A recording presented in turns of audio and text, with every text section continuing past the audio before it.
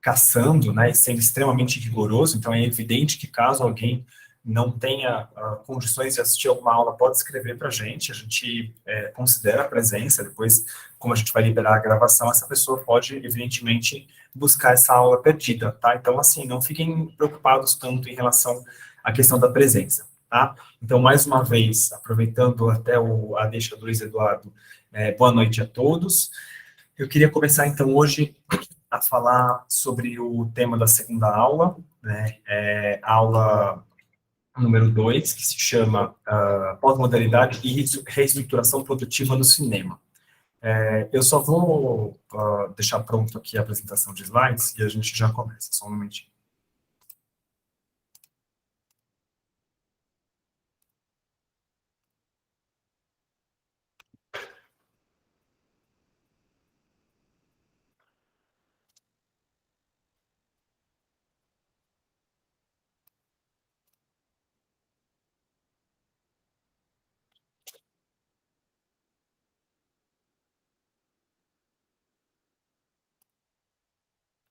Pronto.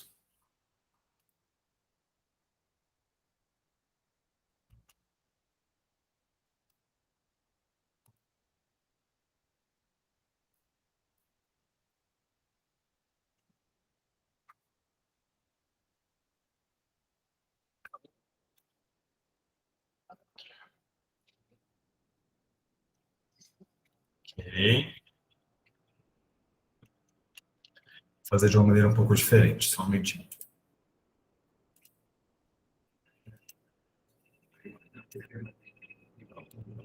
Pronto.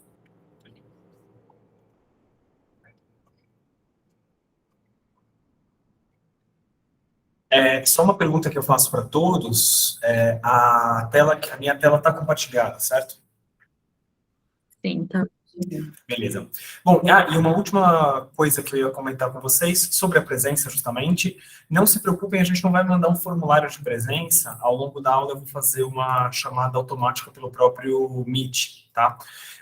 Eu vou fazer em 3 momentos, só para vocês saberem, não tem nenhum problema. Eu estou fazendo já essa chamada nesse momento, já vai marcando quem está aqui nesse momento. Eu volto a fazer essa chamada lá pelas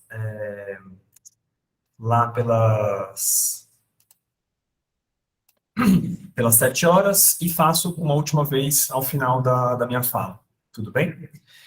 Só peço, por favor, que vocês confiram se o nome de vocês que vocês estão usando aqui é um nome bastante claro, tá bom? É o nome que vocês usaram na inscrição, se vocês estão usando o e-mail de vocês, tá? Senão, pode avisar só a gente por e-mail que a gente resolve.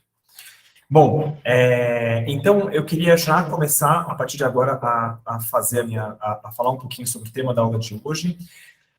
O curso foi montado de uma maneira um pouco espelhada. Então, a Júlia comentou ontem que ela faria uma primeira fala, digamos, num âmbito, né, num escopo mais internacional, e uma segunda fala pensando um pouco mais no caso brasileiro. A minha ideia é mais ou menos a mesma, é falar um pouquinho mais sobre o cinema, digamos, internacional. Na verdade, a gente vai tratar muito mais do cinema nos Estados Unidos, e depois a gente passa, na segunda aula, né, no último encontro que a gente vai ter, a falar um pouquinho sobre o, o cinema no Brasil, tá? Ed, desculpa, eu não entendi em relação ao que só. Tudo bem, Ed, não tem problema, a gente reconhece, tá bom? Fica tranquilo.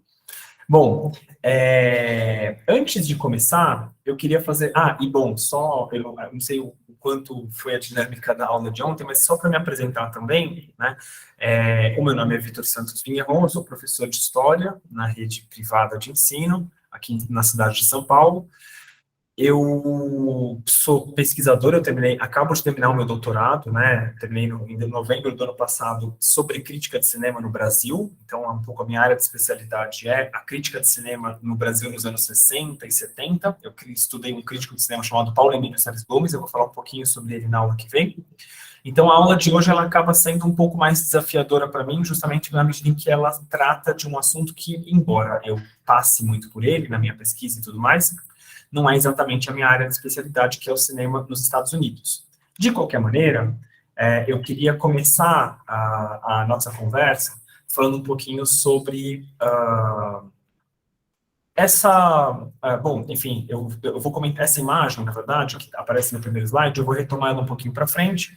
Ela é de um filme de um diretor muito importante nos Estados Unidos chamado Orson Welles, o filme chama Dama de Xangai. Eu vou retomar essa imagem já já, mas eu já queria chamar a atenção para esse espelhamento, né, dos dois personagens principais, né, um deles representado pelo Orson Welles e o outro pela Rita Hayworth, né, mas eu vou voltar um pouquinho mais para frente, guardem apenas o título desse filme, A Dama de Xangai, tá? Mas antes de começar, eu queria fazer um comentário sobre algo que aconteceu nos últimos dias. Eu imagino que vocês devem ter ouvido falar de alguma maneira, né, sobre a cerimônia de entrega do Oscar, né, a principal premiação da indústria cinematográfica nos Estados Unidos, que aconteceu no começo, né, no final de semana agora, né. E é interessante observar que a cerimônia do Oscar de 2023, ela acabou marcando, deixando muito evidente pelos filmes indicados a várias categorias de Oscar, a ideia de repetição, né, de fórmulas cinematográficas consagradas de várias maneiras, né, seja em continuações, então haviam, por exemplo, 2 continuações indicadas para o Oscar de melhor filme, né, como Top Gun e Avatar, em alguns filmes sobre o cinema, né, o caso de Os Fabelmans, mas também de Babilônia, ou em filmes com algumas citações. É o caso, por exemplo, não sei se vocês já assistiram a esse filme, né? O filme que ganhou justamente o Oscar de melhor filme, o Tudo, em Todo Lugar, o Tempo Todo, que faz algumas citações engraçadas a um filme, a uma animação que é Ratatouille, né? É interessante pensar que essa repetição de fórmulas, ela é um sintoma de alguma coisa, né? Nem sempre o cinema se citou, nem sempre o cinema trabalhou com continuações, né? A repetição de fórmulas, né, ela marca um tempo de crise do cinema, né? E essa crise, ela remete a uma recessão que começa nos anos 80. Tá? Eu já vou explicar por que há uma crise no cinema econômica mesmo, dos anos 80 para cá. Mas, voltando então ao nosso tema, vamos fazer um percurso, eu queria fazer um ponto de partida aqui, que é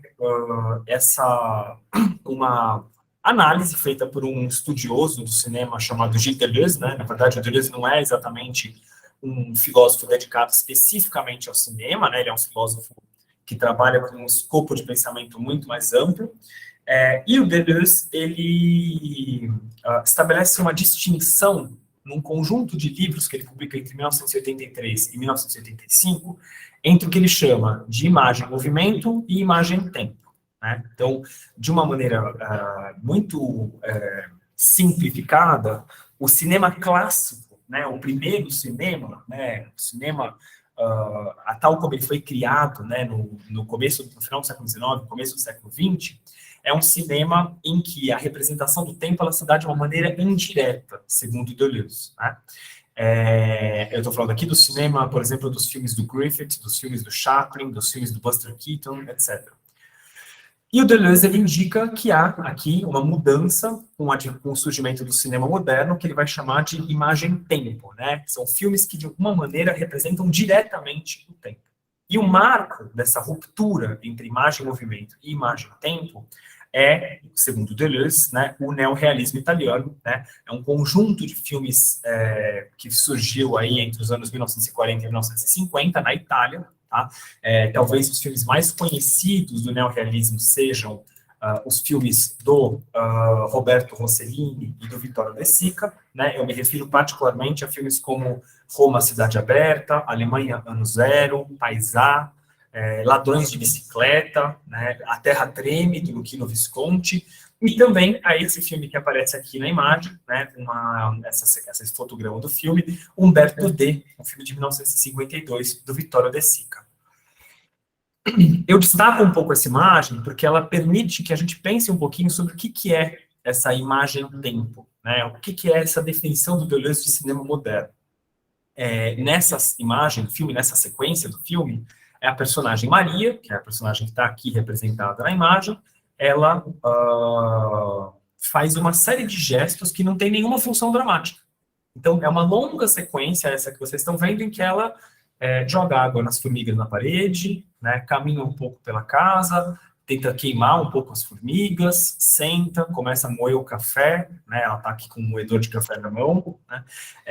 Tenta fechar uma porta, vai pensando em algumas questões que ela tinha pensado em relação a acontecimentos do filme, mas ela faz uma série de ações, uma série de gestos que não tem nenhuma relação com o enredo do filme. De uma certa maneira, portanto, esse é um momento em que o filme ele passa por um processo de ralentamento, ele se torna um pouco mais lento em relação ao conjunto da narrativa. Tá? É esse tipo de procedimento que o Deleuze está indicando como na origem do cinema moderno. Tá? É evidente que essa ruptura ela vai ser aprofundada pelo que a gente chama de cinemas novos, né? Como, por exemplo, a Nouvelle Vague, no caso francês, né? Os diretores como o Godard, o Truffaut, o Chabrol e o Romer, mas também o cinema novo brasileiro, por exemplo, entre outros acontecimentos, entre outros movimentos. Esse não é, evidentemente, o nosso tema, né? O neorrealismo italiano e os cinemas novos são um movimento que acontece entre os anos 40 e os anos 60. O que nos interessa é uma segunda ruptura, e aí é onde eu queria começar, né? Uma ruptura que é muito sensível, muito clara, muito evidente na produção cinematográfica dos Estados Unidos a partir dos anos 70. E, de uma certa maneira, essa ruptura, ela atenua, ela diminui aquela radical representação do tempo no cinema moderno, que o Deleuze tinha indicado. Então, é como se o cinema moderno ele estabelecesse uma radicalidade na representação do tempo que é atenuada a partir dos anos 70, pelo menos no caso que a gente vai estudar, o cinema estadunidense. E aí eu queria deixar claro para vocês que eu não vou comentar por uma questão de falta de tempo, né, a produção cinematográfica de outros países, né, no mesmo período. Não vou falar, por exemplo, da produção cinematográfica francesa, mesmo, vou comentar rapidamente uma questão aqui sobre Alemanha e Brasil, mas são coisas muito pontuais, tá? Bom, voltando aqui aos anos 70. Acontece, portanto, uma mudança muito grande na produção cinematográfica francesa, que é geralmente, francesa, dos Estados Unidos, que é geralmente associada ao surgimento de uma geração de diretores, eu indico aqui 4 nomes, né? O John Cassavetes, o Francis Ford Coppola, o Brian De Palma e o Martin Scorsese. Eu coloquei na sequência de nascimentos, né? O Scorsese é o mais novo, mas eu poderia citar outros diretores, né?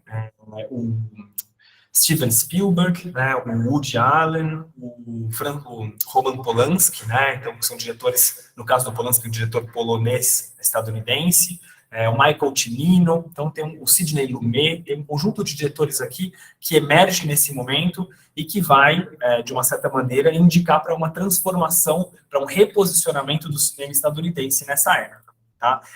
Se alguém aqui, por exemplo, já assistiu filmes como Taxi Driver ou O Poderoso Chefão, são filmes um pouco que marcam essa passagem, né? Touro Indomável, enfim, é um conjunto muito grande de filmes. Na imagem, eu optei por indicar um filme que é menos conhecido, né? O filme chama A Conversação, é um filme de 1974, dirigido pelo Coppola, né? Um filme que ganhou, inclusive, a Palma de Ouro, né? No Festival de Cannes, é um filme muito interessante. E esse filme, bom, essa imagem vocês estão vendo, né? O filme chama A Conversação, é uma tradução literal do título em inglês. E vocês estão vendo aqui justamente a personagem central do filme gravando, né? Ele é uma pessoa que faz, a gente chama isso aqui no Brasil de araponga, né? Ele está fazendo aí uma gravação de outras pessoas, né? De espionagem. Mas o que me interessa nessa imagem é justamente porque ela antecipa algumas mudanças que eu vou comentar daqui a pouco, né? Como o interesse pelo dispositivo de registro, no caso, o dispositivo de registro sonoro. Mas eu queria ilustrar essa passagem, né, da produção do cinema moderno para o cinema dos anos 70 e 80 a partir de 2 filmes em particular, né? Eu queria ilustrar essa mudança pelo comentário de um filme chamado Blow Up e depois de um outro filme que eu já vou chegar, tá? O Blow Up é um filme de 1966, dirigido por um importantíssimo diretor italiano, que é o Michelangelo Antonioni, portanto, não se trata de um filme dos Estados Unidos, é um filme europeu, né, produzido entre Inglaterra e Itália. E no filme, o personagem que vocês estão vendo aqui na imagem, né, o Thomas, ele é um fotógrafo, aliás, um fotógrafo de moda, né? A certa altura, ele está num parque, andando casualmente, né, num parque, e fotografa um casal que se beija no parque. Vocês estão vendo, inclusive, a imagem que ele mesmo fotografou no enredo. A reação da mulher é uma reação irada, ela exige, ela vai até ele, exige que ele entregue o filme, ela segue ele até o seu laboratório, exige que ele entregue o filme, e ele entrega um filme errado, né? Ele entrega um filme virgem, não um filme exposto.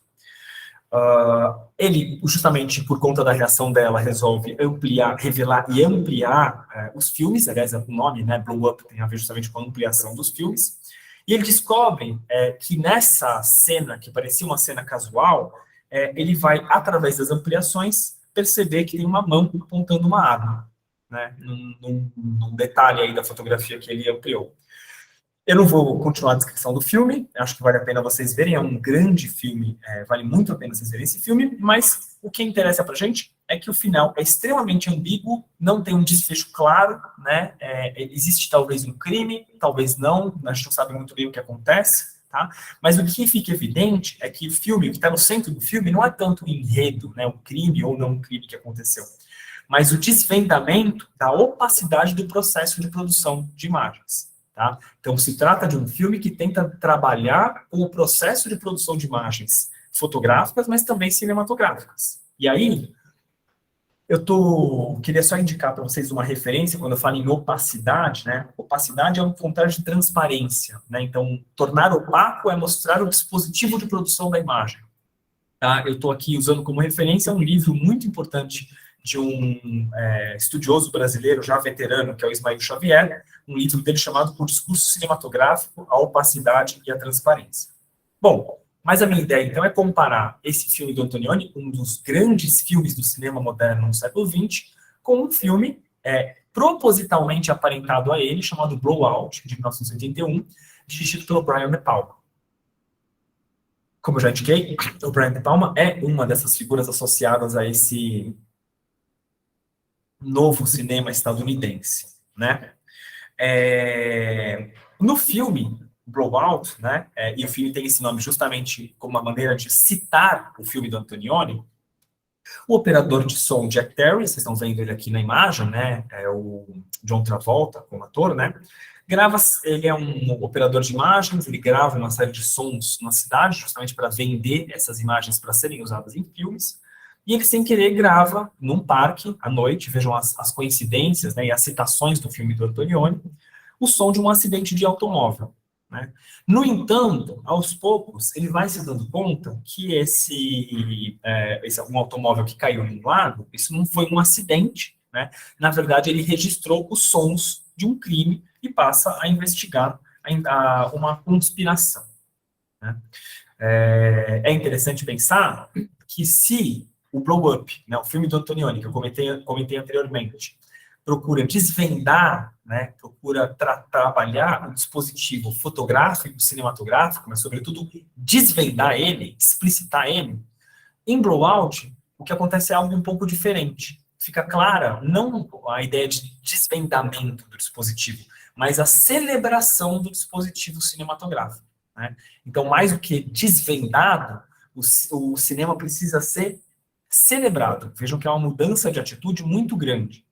Essa mudança de atitude, né, esse prazer, né, em observar a produção cinematográfica de uma maneira acrítica, né, fica claro numa sequência que eu vou passar agora, em que o personagem, justamente, né, o Jack Terry, isso mesmo, ele reconstitui o acontecimento, né, o acidente, que na verdade é um crime, a partir de uma sequência fotográfica e do seu próprio registro sonoro, né? No filme ele gravou o áudio do filme e ele por acaso encontra um fotógrafo que também estava aí no parque fotografando e que tirou uma série de fotografias. Ele vai juntar essas fotografias como fotogramas de um filme e vai construir um filme. Eu queria que a gente assistisse a essa sequência juntos. Eu vou só descompartilhar a minha tela e vou compartilhar ela com som. Um pouquinho. Eu acho que vocês não conseguem o meu som, infelizmente. Mas não tem problema. Vitor, você quer que eu compartilhe a tela ou não precisa? Pode ser, isso já aconteceu da outra vez, né? Sim, manda aqui no chat. Peraí, só um momentinho. E perguntaram do livro do Ismael Xavier, é o discurso cinematográfico e o Isso. da Eu cidade de vou... transparência. Enquanto a Júlia compartilha a tela, né, o livro do Ismael Xavier, o Ismael Xavier tem 2 livros publicados nos anos 70 e 80, que têm nomes muito parecidos, né, o discurso cinematográfico e a experiência do cinema.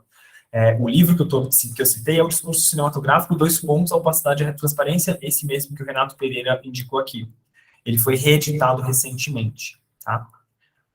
Tudo bem? Deixa eu tentar fazer uma última tentativa, Júlia, de compartilhar minha tela, só um momentinho.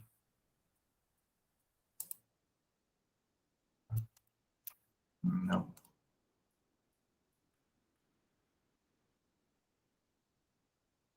Deixa eu, de qualquer maneira, tentar pôr som. Vai que funciona, pode ser?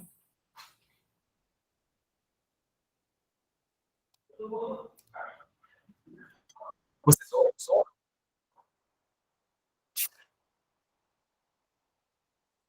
Tá sem som, mas dá para ver. Então, posso tentar compartilhar o seu? Sim. Tá bom.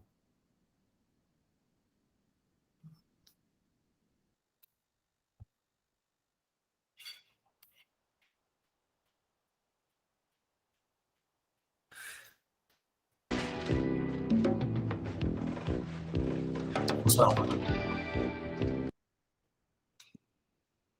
Vocês estão ouvindo? Sim. Tá.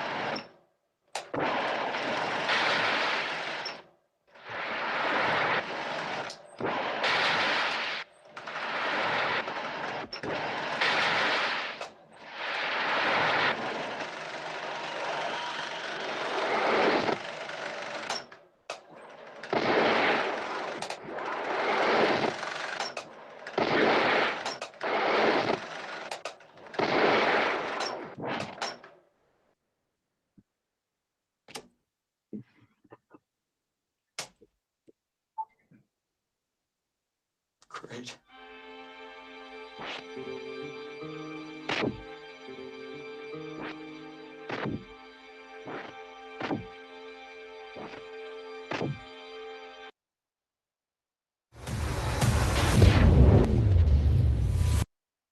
Bom, obrigado, Júlia.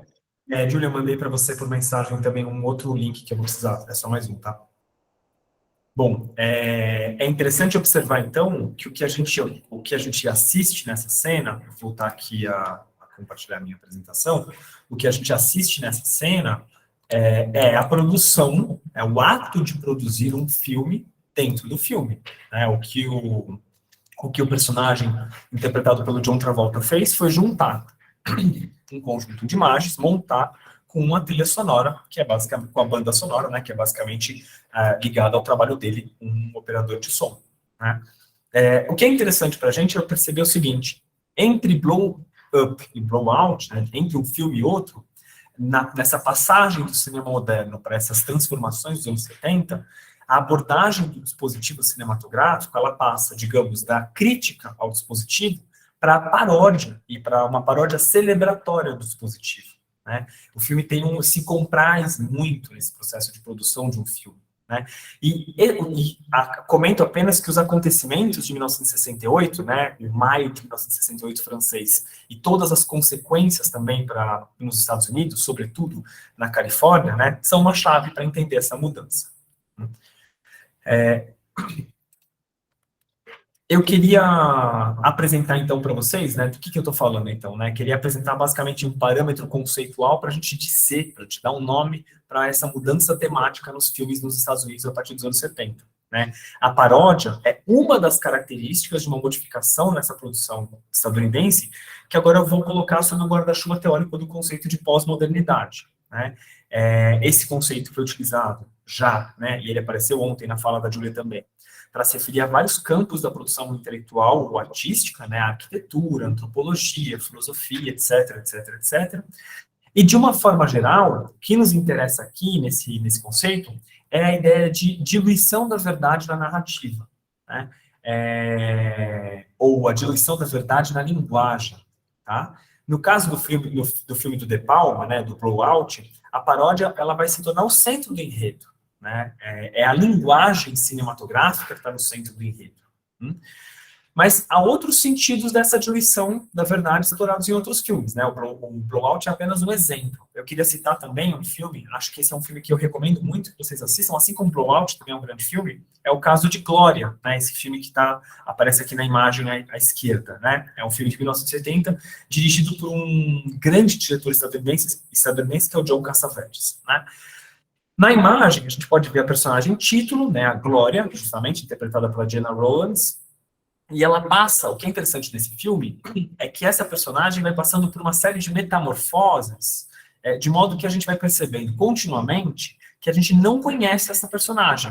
Né? Então, a verdade, ela vai revelando a sua relatividade conforme os acontecimentos do enredo vão se desenrolando na nossa frente. Né? A gente acha inicialmente que ela tem uma personalidade, mas na verdade a gente vai descobrindo que a gente estava com um olhar muito particular, a gente não conseguia entender muito bem a personalidade dela. Então o Cassavetes vai jogar justamente com essa diluição da verdade na narrativa. Opa!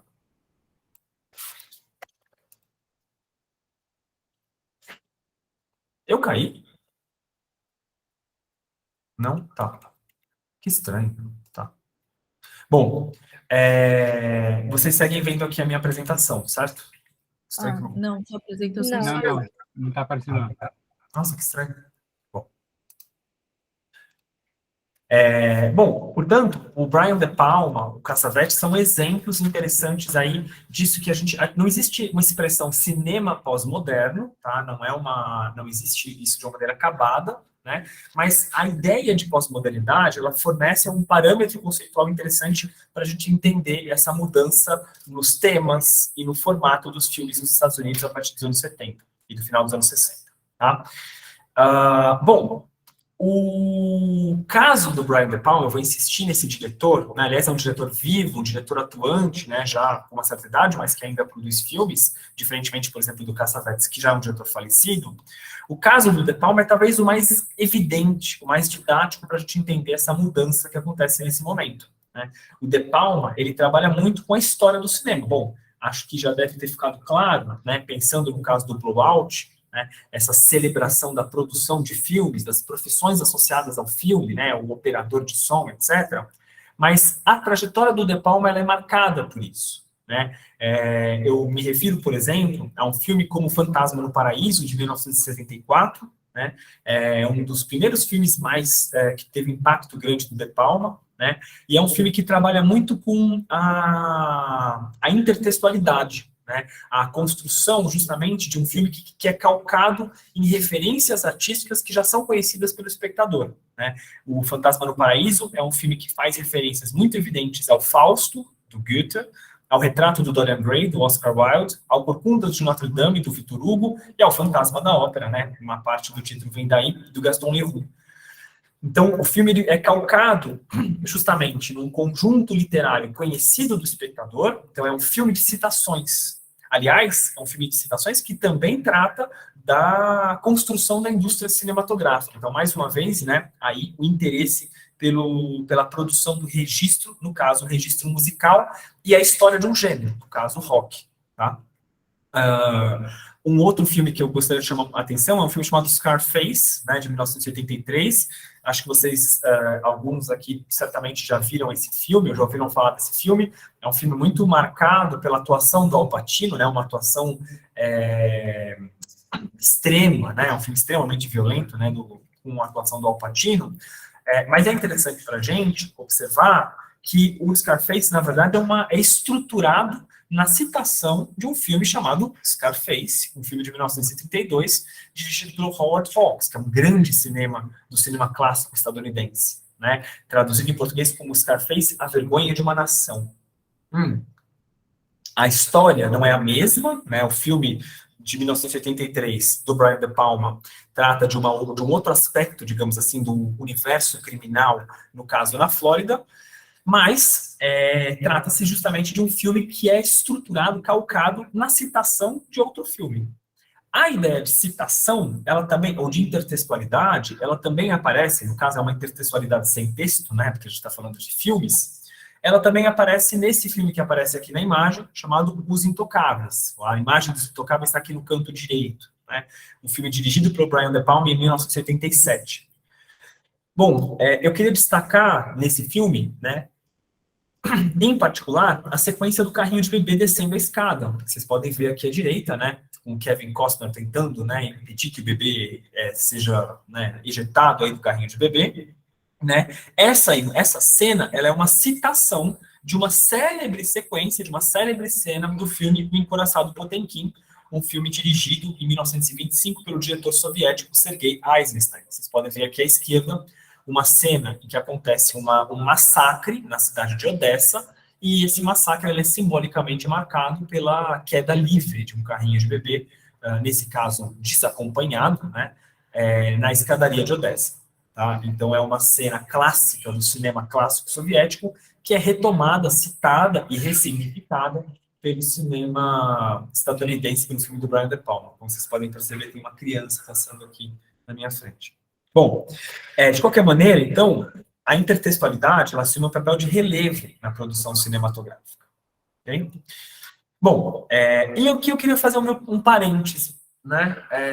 Como eu disse, eu ia falar só sobre eu vou falar mais sobre o cinema estadunidense, mas eu queria fazer um parêntese brasileiro, né? Até para ponderar um limite aqui da minha fala, tá? Porque essa voga, entre aspas, pós-moderna, dessa celebração do dispositivo cinematográfico, né, esse prazer com o labirinto do dispositivo cinematográfico, também vai chegar no Brasil nos anos 80. E eu queria citar aqui 2 exemplos. O primeiro exemplo é esse filme que aparece, inclusive, a imagem aqui na tela de vocês, né, A Dama do Cine Xangai. Aliás, queria lembrar vocês, né, a apresentação começou justamente com um filme chamado A Dama de Xangai, um filme de 1947, né? Portanto, já o título do filme é uma citação do filme do Orson Welles, mas notem que há um acréscimo, né? Não é, então, A Dama de Xangai, mas é A Dama do Cine Xangai. Né? Lembrando que nos anos 80 havia um número enorme de cinemas no bairro paulistano da Liberdade, no centro da cidade. Tá? Portanto, é um filme que trata, já no seu título, de uma citação sobre o cinema. Né? O filme é um filme de 1977, dirigido por um diretor já falecido, que é o Guilherme de Almeida Prado. A Dama do Cine Xangai, vocês estão vendo aqui uma imagem aqui com a Maite Proença, né? É um filme noir que nos leva a um enredo labiríntico, né? A certa altura, e com várias citações da indústria cultural e cinematográfica dos Estados Unidos. Por exemplo, né, o jornalista Lucas, a certa altura, ele começa a procurar um tal de Mickey no bairro do Brás, em São Paulo. Né? Lembrando, Mickey, justamente a referência aí aos filmes da Disney. No fim do filme, a gente volta ao princípio do enredo, uma sessão de cinema no centro de São Paulo, de onde se bifurca a personagem Susana, que é essa representada na imagem, né, a Maite Proença, presente no enredo e no filme exibido no enredo, né? Então ela é, ao mesmo tempo, uma personagem do enredo do filme e uma personagem do filme projetado no filme. Vejam só que é um labirinto aqui, né? É desnecessário dizer, só retomando, que o próprio título, né, do filme é uma referência à Dama de Xangai, que apareceu já, como eu falei no início da minha apresentação.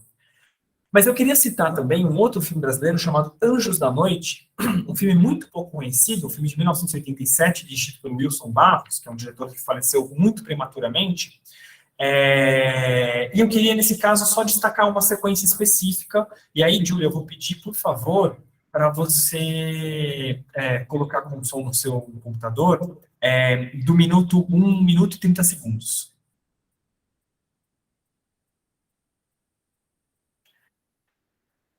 E assim, gente, eu tentei fazer um esforço de selecionar só filmes que eu considero que valem muito a pena, tá? Inclusive, alguns casos talvez um pouco mais duvidosos, mas eu vou explicar por quê. Vou parar aqui e falar.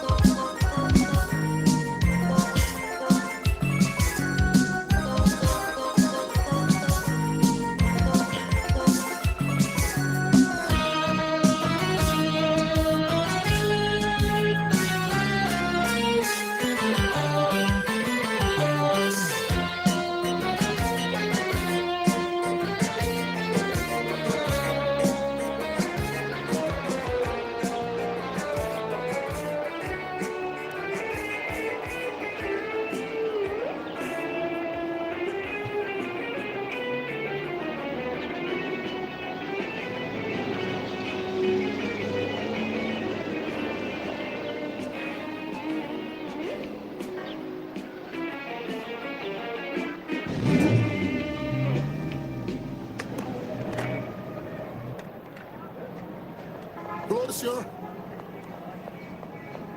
Glory, senhor. Não, obrigado.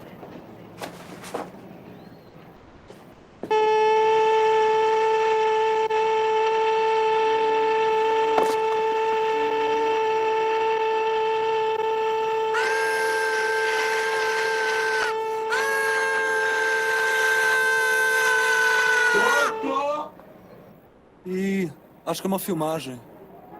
Ai, logo agora, meu saco. E eles acham que são os donos da rua. E eu é quem vou chegar atrasada. Aposto que é mais uma porcaria de filme que ando fazendo por aí. E tem gente dizendo que o cinema brasileiro tá numa fase ótima. Que besteira. Sabe quantos filmes eu já fiz? 12. E em 10 deles, nem a minha família conseguiu me ver na tela. Você entende o que é que eu quero dizer? Eu sou uma atriz.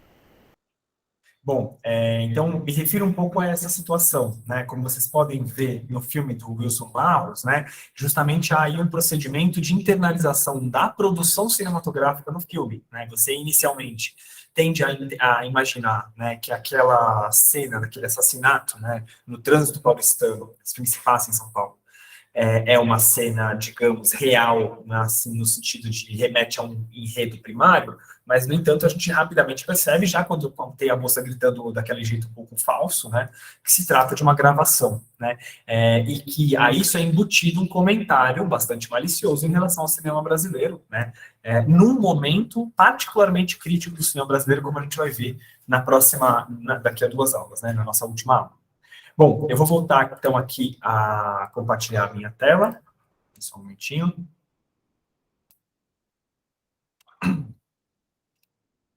Pronto. E eu queria, então, bom, esse parêntese brasileiro, né, ele valeria para outros países também, né? Então, existe essa voga de cinema, entre aspas, pós-moderno, ou essa vontade de citação, de representação do dispositivo, etc., vai para outros países. Eu cito, por exemplo, o caso da Alemanha, pensando nos filmes do Rainer Werner Fassbinder e do trabalho dele com o gênero do melodrama, ou, sobretudo, no caso do Wim Wenders, não à toa, um diretor que passa para o cinema estadunidense. Eu me refiro particularmente a um filme para Nick, né, que é um filme que ele vai tratar justamente do falecimento, né, do processo de falecimento do Nicholas Ray, um grande diretor veterano do cinema clássico estadunidense. Mas assim como no caso brasileiro, a circunstância alemã, ela traz particularidades para essa mudança. Então, a gente vai falar só do caso brasileiro na próxima aula, na nossa última aula. Voltando aqui, então, ao cinema estadunidense. Bom, citar o caso brasileiro, né, é importante para nos trazer de volta para o chão da particularidade dos Estados Unidos, né, entre os anos 70 e 80. Tá? Então, eu falei aqui, até agora, sobre as mudanças que o cinema estadunidense passa. Eu vou até descompartilhar um pouco esse slide, vou voltar aqui com vocês. Até aqui eu falei um pouco sobre, bom, é observável, é possível observar nos filmes produzidos nos Estados Unidos uma mudança de temas, né, de formas de apresentação, o interesse para novas questões que não eram tão presentes no cinema moderno, europeu ou estadunidense nos anos 50 e 60. Tá? Então, alguma coisa, uma mudança temática muito clara acontece no cinema nos Estados Unidos. Só uma coisa, pessoal, considerando tudo que eu falei até aqui, alguma coisa não ficou claro? Tem alguma dúvida pontual, alguma palavra, algum termo, algum autor, não sei? Tudo bem? Eu vou seguir, então. Beleza. Bom, eu comentei um pouco com vocês a vantagem um pouco de assistir um pouco a aula sobre cinema, é que a gente sempre acaba tomando notas, né, de filmes interessantes para assistir, e até aqui eu acho que eu tratei de filmes que são um pouco incontestáveis em termos de qualidade ou de interesse, né, mesmo que pouco conhecidos, como é o caso do Anjos da Noite, né, que é importante falar sobre esse filme justamente para enfatizar a importância de ver filmes brasileiros que são um pouco menos conhecidos, mas que têm uma qualidade e uma importância muito grande, né? No entanto, como vocês devem ter percebido, o próximo slide que eu vou comentar, eu vou compartilhar ele com vocês agora, se refere, né, a um filme extremamente comercial, né, e talvez em relação ao qual essa afirmação da qualidade não seja tão incontestável. Deixa eu compartilhar aqui com vocês. Que é o caso de Rambo, né, First Blood, né, a sequência Rambo 1, 2 e 3, os filmes originais. Aliás, eu queria notar com vocês um fenômeno interessante, né? Muitos dos filmes seriados estadunidenses dos anos 80, 70, 80 e 90 voltam a ser produzidos nos anos 2000, principalmente, né? É o caso da série Star Wars, que se tornou um fenômeno interminável, né? É o caso do Rambo, justamente, o que gera questões complexas, porque o filme Rambo, assim como Rocky, um outro filme que foi refilmado recentemente, dependem, né, da performance física de um personagem, um ator, que é o Sylvester Stallone, né, o que gera uma série de consequências para o filme, né? Então, enfim, é interessante pensar que em Rocky 1, o Sylvester Stallone, já nos anos 70, era um boxeador um pouco aposentado, né? Vamos pensar, então, que a gente está num outro momento aí da figura mesmo do Sylvester Stallone, né? A mesma coisa vale para outros filmes como Mad Max e tal, né? Bom, mas o que eu queria comentar com vocês? O caso brasileiro, né, vamos pensar então na particularidade histórica dos Estados Unidos entre os anos 70 e 80. E eu estou me referindo de uma maneira mais específica ao período marcado, mais ou menos, pelo governo do Ronald Reagan, né, de 1981 a 1989. Né? Esse governo é um símbolo, é óbvio que não se restringe ao governo do Reagan, né? Mas a gente está falando aqui de um momento amplo de avanço de uma agenda liberal econômica, né, no mundo. É uma agenda particularmente marcada no caso de uma outra figura política fundamental dessa época, que é a primeira-ministra da Inglaterra, a Margaret Thatcher, que governou a Inglaterra, ou o Reino Unido, entre 1979 e 1990. Né? O governo Thatcher e o governo Reagan são considerados governos centrais, aí, junto com outros governos, como o governo Pinochet no Chile, no processo aí de avanço do que alguns autores vão chamar, alguns anos depois, de neoliberalismo. Tá?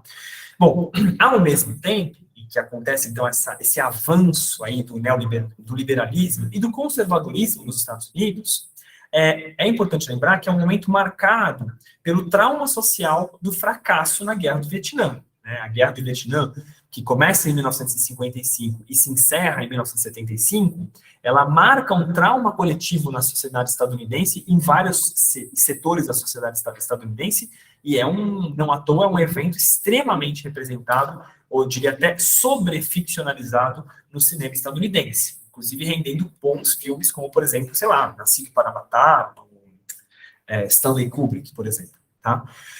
Bom, e um outro filme marco dessa geração, que é um filme que, bom, o título literal seria O Caçador de Veados, né? Mas ele foi traduzido para português como O Franco Atirador, dirigido pelo Michael Cimino, né? É um filme que vai tratar justamente aí desse trauma da Guerra do Vietnã no Rust Belt dos Estados Unidos.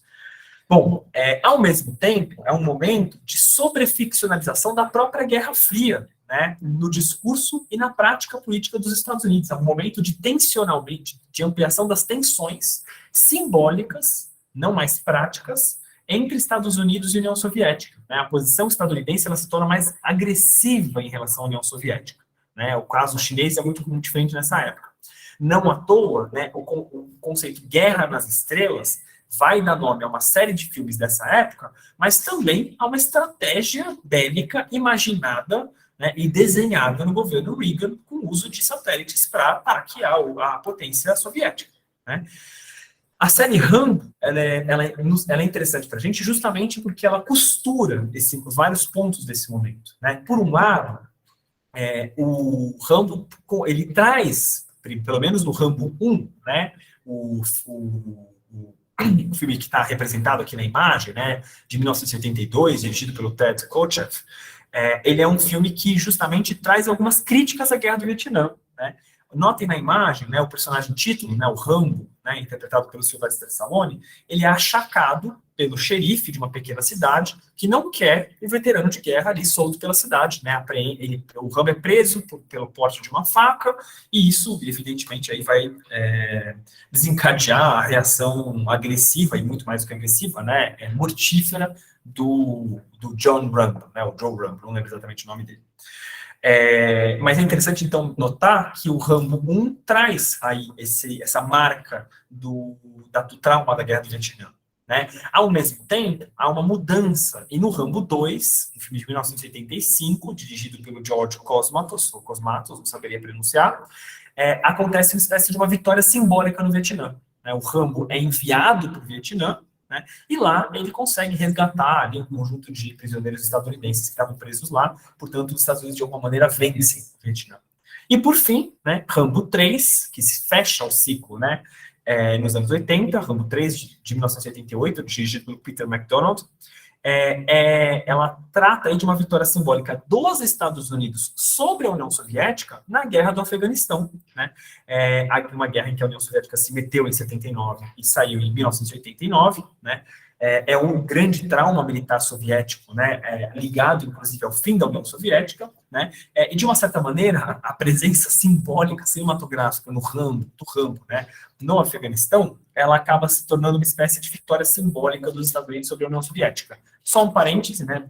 Vale lembrar, né? Os Estados Unidos participaram indiretamente da guerra no Afeganistão na medida em que eles ajudaram no processo de treinamento, de financiamento e de armamento de grupos chamados Mujahideen, né, que mais tarde alguns deles estariam associados à emergência, por exemplo, da Al-Qaeda no Afeganistão e do Talibã no Afeganistão. É um circuito muito interessante esse, em que soldados armados, enfim, financiados e treinados pelos Estados Unidos, acabam se voltando contra os Estados Unidos.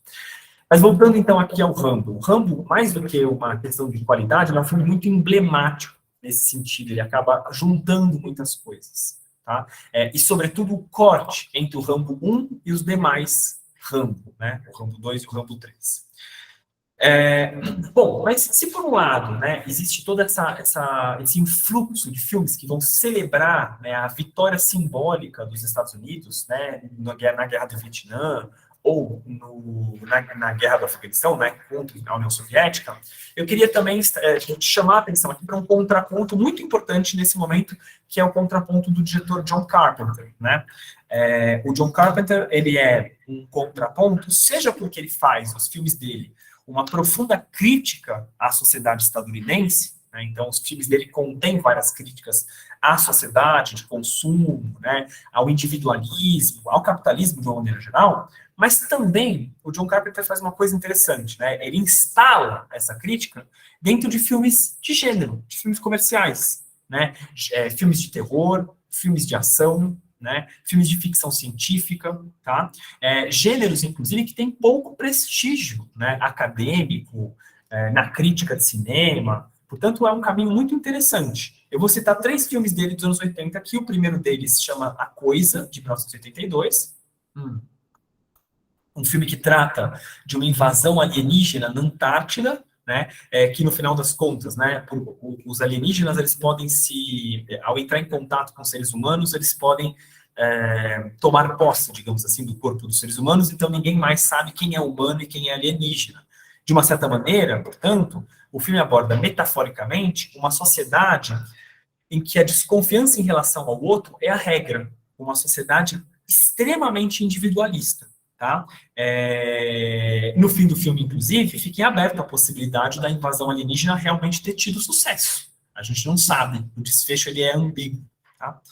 Um outro filme chamado Christine, de 1983, é interessante porque ele trata da paixão de um adolescente. Lembrar, né, nos Estados Unidos você pode dirigir desde muito mais cedo do que aqui no Brasil, né? Então existe essa lógica do adolescente que dirige. Pensem, por exemplo, num clássico do cinema estadunidense que é Juventude Transviada, né? O nome em inglês de Juventude Transviada não lembro o nome desse filme, mas é um filme de 56, do Nicholas Ray, né? Então tem essa relação do adolescente com o carro, né? Em Christine, o que acontece, né? Nesse filme do John Carpenter, o adolescente, então, compra um carro chamado justamente Christine, né? E o carro passa a ter uma relação erótica, né? Sexual, amorosa, com o seu proprietário, né? O carro passa a desenvolver ciúmes, ele se torna possessivo e ele se torna violento. Ele começa a ameaçar as pessoas que estão em volta dessa pessoa, né? Desse adolescente que comprou o carro. E, por fim, eu queria citar um terceiro filme, é o filme que aparece aqui na imagem, né? O Eles Vivem, de 1988, né? Nesse filme, uma pessoa, a gente chama ele de um vagabundo, no sentido de perambular pela cidade sem muito destino, né? O nome dele é John Nada, assim mesmo que está em inglês, né? Ele encontra um depósito abandonado, né? E nesse depósito ele encontra numa caixa, né, um carregamento de óculos escuros, né, óculos de sol. E ao usar esses óculos, ele percebe que, na verdade, são óculos que desvendam os mecanismos ideológicos que sustentam o poder. Então, essa imagem, por exemplo, que vocês estão vendo, é uma imagem, digamos assim, com os óculos, né? Então, ao invés de ver uma pessoa lendo um jornal numa banca de revistas, vocês vão ver mensagens, né? Não questione a autoridade, né? Não pense, e assim por diante, tá? Permaneça, né, dormindo, obedeça, conforme-se, assista a TV, enfim, né? O que é interessante aqui, então, né, e de novo, né, é um filme que, digamos, esses óculos também desvenda, né? Esse é um filme, portanto, que trata diretamente do tema da ideologia política, da ideologia econômica estadunidense. Notem, portanto, que existe uma série de críticas à sociedade estadunidense em filmes de gênero. Tá? Aliás, só um parêntese, se vocês tiverem a curiosidade, o filósofo esloveno Slavoj Žižek, né, ele trata desse filme no filme O Guia Pervertido do Cinema, né, um filme de 2006, dirigido pela Sophie Fiennes, né, é um filme que ele trata de vários filmes, entre eles o Eles Vivem, daí Live, né, então é uma questão interessante aqui. Vale lembrar só que o John Carpenter não é o primeiro diretor a fazer esse procedimento, né? Uma crítica à sociedade estadunidense dentro de filmes de gênero.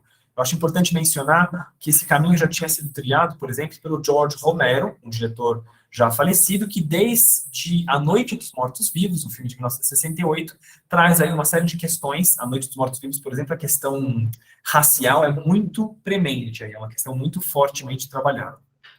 Bom, no período, e aí eu queria destacar 2 elementos fundamentais, porque até aqui eu tratei um pouco por um lado, né, agora que eu estou vendo o comentário de vocês, Rebelde Sem Causa, isso, a tradução literal do filme do James Dean, né, de 1956 é Rebelde Sem Causa, é assim que é em inglês, né, o Rebel Without a Cause. Bom, o que eu queria comentar com vocês é, até aqui eu indiquei que existem características novas, temas novos na produção estadunidense no começo a partir dos anos 70 e 80.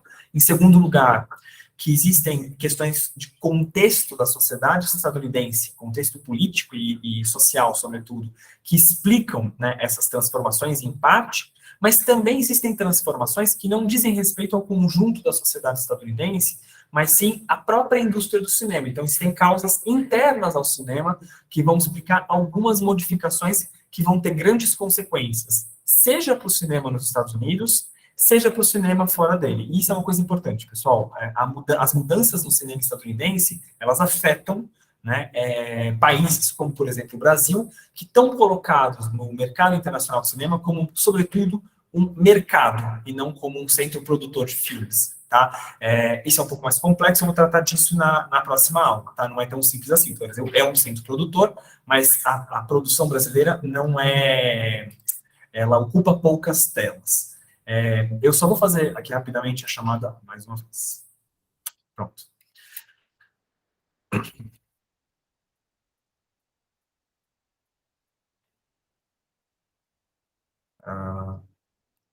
Pronto. Bom, vou voltar então aqui à minha apresentação.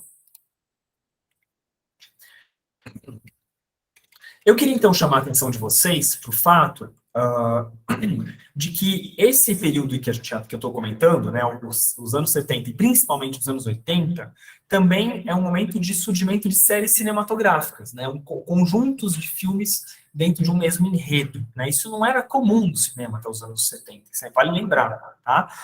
Para citar em exemplos emblemáticos, eu já falei de alguns deles, eu vou lembrar do caso do Rambo, né, um conjunto de 3 filmes lançados nos anos 80, e eu estou falando só dos filmes lançados lá nos anos 80, até no máximo 90, tá? As continuações contemporâneas eu vou deixar de lado, né? É o caso de Mad Max, né? E lembrando, Mad Max é uma série, não é uma série de filmes estadunidense, é uma série de filmes australianos, tá? Inclusive, a questão do deserto no Mad Max é uma questão justamente até da paisagem australiana, né? Então, Mad Max são 3 filmes lançados entre 1979 e 1985, queria destacar um outro filme estrelado pelo Sylvester Stallone, que é Rocky, né, com 5 filmes lançados entre 1976 e 1990, e Guerra nas Estrelas, né, talvez o mais conhecido deles, né, a primeira leva, eu me refiro à primeira leva, tem toda essa coisa confusa do que é o número 1 e o número, enfim, que é infernal, mas os 3 primeiros filmes lançados entre 1977 e 1983. Existem outros exemplos, Exterminador do Futuro, Tubarão, etc, etc, etc. Ok?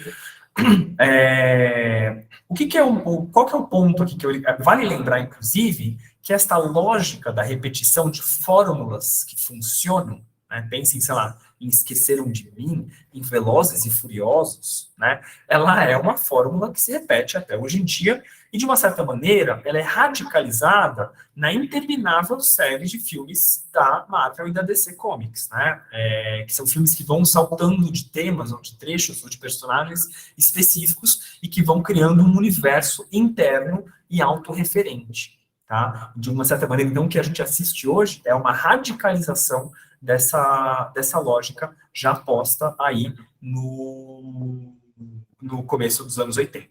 Tudo bem? Bom, continuando então um pouquinho aqui, né, e aí voltando agora para os anos 80, eu queria comentar uma coisa importante, né, e um outro parâmetro conceitual, tá? Qual que é a questão aqui? Bom, a lógica das séries, dos filmes seriados, é uma lógica, então, de aproveitamento de filmes de temas que já têm algum sucesso de público. Não à toa, né, é muito comum que aconteça uma mudança muito grande entre o primeiro filme e o segundo da série. Né, isso acontece muito claramente em Rambo e em Mad Max. Tá? Mad Max 1, a série Mad Max é irreconhecível se você assiste apenas o Mad Max 1, que não tem deserto, não tem futuro, não é distópico, não tem nada disso. Ok? Aliás, o filme Mad Max 1 e o filme Mad Max 2 praticamente não tem relação à história, só tem o mesmo personagem muitos anos depois. Né? O que acontece? Bom, esse modelo de seriado, ele se associa à emergência de um novo modelo de produção no qual o Guerra das Estrelas é um grande expoente, é um grande modelo, né? É o que a gente chama de blockbusters, né? Aliás, uma tradução possível para blockbuster é arrasa quarteirão, que é um termo, aliás, de origem militar, tá? A gente está falando de filmes de alto investimento, né? Particularmente com o avanço dos efeitos especiais. Gente, efeito especial custa dinheiro, né? E o efeito especial é um item que eleva o custo de produção. Gente, pensem o que isso representa, por exemplo, para o cinema brasileiro dos anos 80. Tá? Ao mesmo tempo, os filmes que a gente, então, chama de blockbusters são filmes que, em geral, se beneficiam da cadeia de exploração que é associada a outras plataformas, então, a televisão, depois disso a TV fechada, ou a TV a cabo e a internet, e também a outras maneiras de rentabilização. Pensem, por exemplo, na venda de produtos associados ao filme no varejo. No caso de Star Wars, né, você pode comprar um ursinho de pelúcia do Mini Yoda, né, que deixou o Werner Herzog surpreso e muito feliz. Né? Então, você consegue comprar caneca, enfim, uma série de coisas aí associadas ao filme. Você não vende mais apenas o filme, mas vende também uma série de produtos associados a ele. Tá? Mas a lógica do blockbuster, ela não se explica sozinha, porque ela é uma lógica de produção. Para entender, né, ela é completada por um fenômeno que é complementar e paralelo, né, que é a modificação no sistema de distribuição e, sobretudo, de exibição dos filmes. Né? Então, o setor de exibição, as salas de cinema, vão se renovar profundamente nos anos 70 e 80. Vale lembrar, né, que os anos 70 e 80 são um período de extremo declínio, de extrema decadência das salas de cinema, né, o número de salas de cinema no Brasil, nos Estados Unidos, na França, na maior parte do mundo, sofre uma redução muito violenta, ok? Se eu não me engano, entre os anos 70 e os anos 90, no Brasil, por exemplo, há uma queda de 3.500 para 2.500 salas de cinema. Isso é uma queda muito violenta. Né? E, sobretudo, as salas de rua, né? Não à toa a gente tem essa profusão de grandes aproveitamentos, do aproveitamento imobiliário das salas de cinema para outros negócios, né? Supermercados, templos religiosos, depósitos de bebidas, tá? Então, é um clássico do interior do Brasil, sobretudo. Né? Ao mesmo tempo, então, surge um novo modelo de ocupação, né, de distribuição, que é o que a gente chama de multiplex. Né? Então, o que é um multiplex? Né? É um modelo de negócio que se reorganiza com a inauguração de conjuntos de salas, geralmente, ao invés de ser uma ou duas salas, são 6, 8, 10 salas, em centros comerciais e shopping centers. Né? E a ideia, então, é onde o público vai ali e ele não escolhe onde levar um filme. Ele primeiro vai ao shopping e, entre os produtos que o shopping oferece, um deles é um conjunto de filmes exibidos em diferentes filmes, uma vez que são 6, 8, 10 salas de cinema. Tá? Na prática, a coisa é um pouco diferente. Acho que vocês já tiveram aí a experiência de ir num shopping de cinema e perceber que a coisa funciona um pouco diferente. Né? Quando a gente vai ao cinema, é muito comum que a gente encontre o mesmo filme ocupando várias salas diferentes de um multiplex. Não existe no Brasil, inclusive, uma regulamentação a esse respeito. Já houve uma tentativa, mas isso é muito difícil de se fazer. Né? Então, o que acontece? Na prática, acontece um assambarcamento, né, com a ocupação de várias dessas salas do multiplex por um mesmo filme. Essa é uma prática predatória. Tá? Então, de uma certa maneira, um blockbuster ele acaba comprando a ocupação do mercado, até porque, vale lembrar, que os filmes estadunidenses têm uma característica diferente dos filmes dos outros países. Eles se pagam com o mercado interno deles. Então, o filme estadunidense ele já é exportado, antes de ser exportado, ele já deu lucro. Isso, em geral, óbvio que existem exceções. Tá? Isso não acontece, por exemplo, com os filmes brasileiros, com os filmes de quase todos os países europeus. É muito raro um filme brasileiro ou um filme europeu que se sustenta pelo lucro do seu mercado interno. Geralmente ele é sustentado também por mecanismos estatais ou sociais de financiamento. Bom, um dos efeitos dessa lógica do multiplex é uma homogeneização da produção. Aliás, só queria chamar a atenção para essa dimensão espacial, a Júlia comentou um pouco isso, né, de como as mudanças no cinema ou na moda engendram, ou estão ligadas à mudança no espaço urbano, né, a emergência, por exemplo, do shopping center como um espaço fechado, entre aspas, seguro, né, ligado a essa lógica securitária de uma sociedade que abandona o espaço público, não à toa também abandona os cinemas do espaço público, que se tornaram praticamente, na cidade de São Paulo pelo menos, um deleite retrô de uma elite ou de uma classe média muito particular, né? Bom, um dos efeitos dessa situação é a homogeneização da produção destinada a essas salas, né? Então, se você quer ocupar um multiplex, você precisa garantir um produto que já seja, de uma certa maneira, que não fira muito o gosto estabelecido do público, tá? O que tem amplas consequências para o cinema. E numa escala global, saindo aqui um pouco dos Estados Unidos, né, numa escala global, o cinema estadunidense ele consegue, seja pela lógica dos filmes blockbusters, seja pelo surgimento do sistema de distribuição multiplex, aliás, um sistema em geral multinacional, né, ele consegue amplos resultados, né, com a abertura ou com a garantia de mercados em outros países. E, repito, o Brasil é um dos principais mercados do cinema estadunidense. O Brasil é um mercado extremamente importante para o mercado estadunidense, para o cinema estadunidense, tá?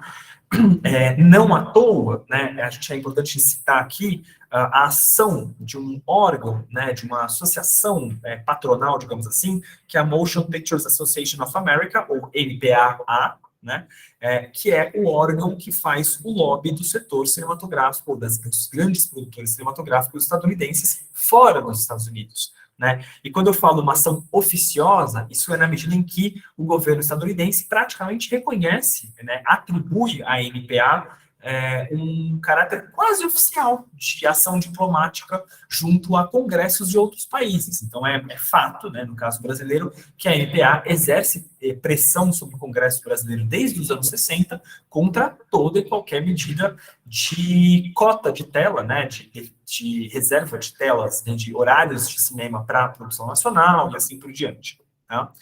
É interessante, portanto, que essas mudanças engendradas nos Estados Unidos, elas levam a mudanças em outros países. E isso passa também numa coisa que o Brasil viveu nos anos 80 e 90, que é também a substituição dos cinemas de rua, como esse que a gente pode ver nessa imagem aqui do filme Demência, né? Um filme muito importante de 1986 do Carlos Reichenbach, um importantíssimo diretor brasileiro, gaúcho paulista, né? Que eu escolhi justamente para fazer uma espécie de uma transição para a próxima aula e para marcar um pouco para vocês, né? Essas transformações no cinema estadunidense, elas estão ligadas a modificações profundas, né, na lógica de distribuição dos cinemas e na lógica urbana das cidades fora dos Estados Unidos. Pensem no caso de São Paulo, eu estou deixando muito claro que é o meu lugar de fala, inclusive, vários bairros da cidade de São Paulo, em que a exibição cinematográfica era algo muito forte, eles deixaram de ser espaços com qualquer cinema. É o caso, por exemplo, do bairro da Liberdade, no centro de São Paulo, do bairro do Brás, no centro de São Paulo, no começo da Zona Leste, no bairro no bairro da Luz, né, que não apenas era um centro de exibição, mas, sobretudo, um centro de produção cinematográfica muito forte, inclusive ligada a figuras como, justamente, o Carlos Reichenbach, né, mas isso é um assunto que a gente vai discutir na próxima aula, né. Eu queria ficar por aqui, eu vou interromper aqui o compartilhamento da minha tela, e, enfim, agradeço aí a vocês pela paciência de me ouvirem por 1 hora e 15 minutos.